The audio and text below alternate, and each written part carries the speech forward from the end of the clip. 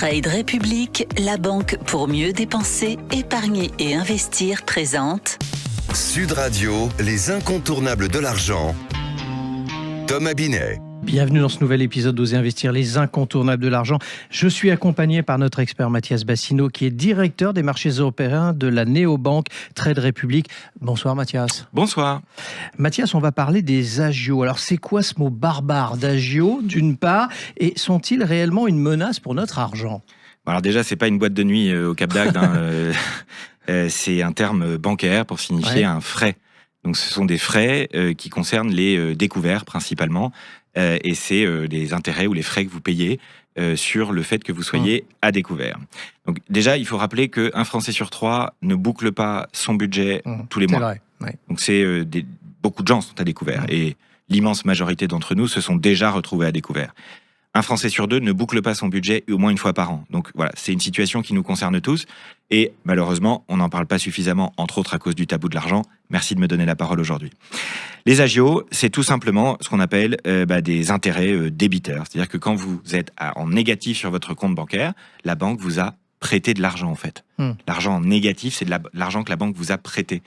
Et quand elle vous prête de l'argent, la banque, elle demande des intérêts. C'est normal, mais ces frais sont en général, à mon sens, beaucoup trop élevés. Vous avez d'un côté les frais forfaitaires, qui sont un minimum, et à chaque fois que vous êtes à découvert, vous payez le forfait. Même si c'est d'€1, quoi qu'il arrive, c'est un forfait, vous le payez quoi qu'il arrive, si vous êtes à découvert et que vous dépassez votre découvert.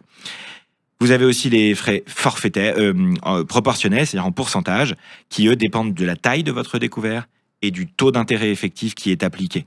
C'est très difficile à calculer, c'est très difficile à anticiper, mais c'est à chaque fois vous les payez en tout cas.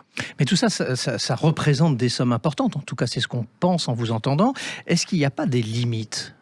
Alors si, la loi fixe un cadre pour ces frais-là, puisqu'en fait, il arrive souvent que les personnes qui sont à découvert et qui donc payent les agios sont des personnes plutôt fragiles financièrement en général, et que quand vous êtes fragile financièrement, les agios que vous payez, ça vous met encore plus en difficulté en fait. Donc face à ça, il y a une loi qui fixe un cadre. Les frais sont limités à 8 € par opération. C'est les petites lignes de 8 € que vous voyez parfois sur vos relevés bancaires. Un maximum de 80 € par mois.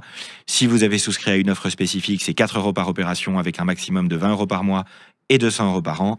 Et si la banque vous considère comme ce qu'on appelle un client fragile, ce qui est une définition juridique en France, des personnes fragiles du point de vue bancaire, eh bien ces personnes-là, on ne peut pas leur prélever plus de 25 € par mois. Ce sont des limites, mais malgré tout, pour les plus petits budgets, ça représente effectivement des sommes importantes.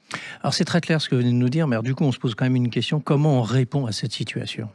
Je vais être très direct, très simple et très clair, et c'est pas drôle. La seule solution, c'est de pas être à découvert. Pour pas être à découvert, la meilleure solution, c'est d'avoir son budget, de faire un budget, c'est-à-dire au début du mois. D'être rigoureux, c'est ça que vous dites. C'est pas tellement d'être rigoureux, c'est surtout de s'entourer, c'est d'être malin. C'est-à-dire que c'est pas facile de faire son budget. Il y a plein de gens pour qui c'est difficile, ça l'était pour moi. Le gros enjeu, je pense, c'est de s'entourer. Si vous voulez arrêter de payer des agios, trouvez quelqu'un autour de vous avec qui vous vous soutiendrez mutuellement pour tenir votre budget. Vous aurez une piqûre de rappel.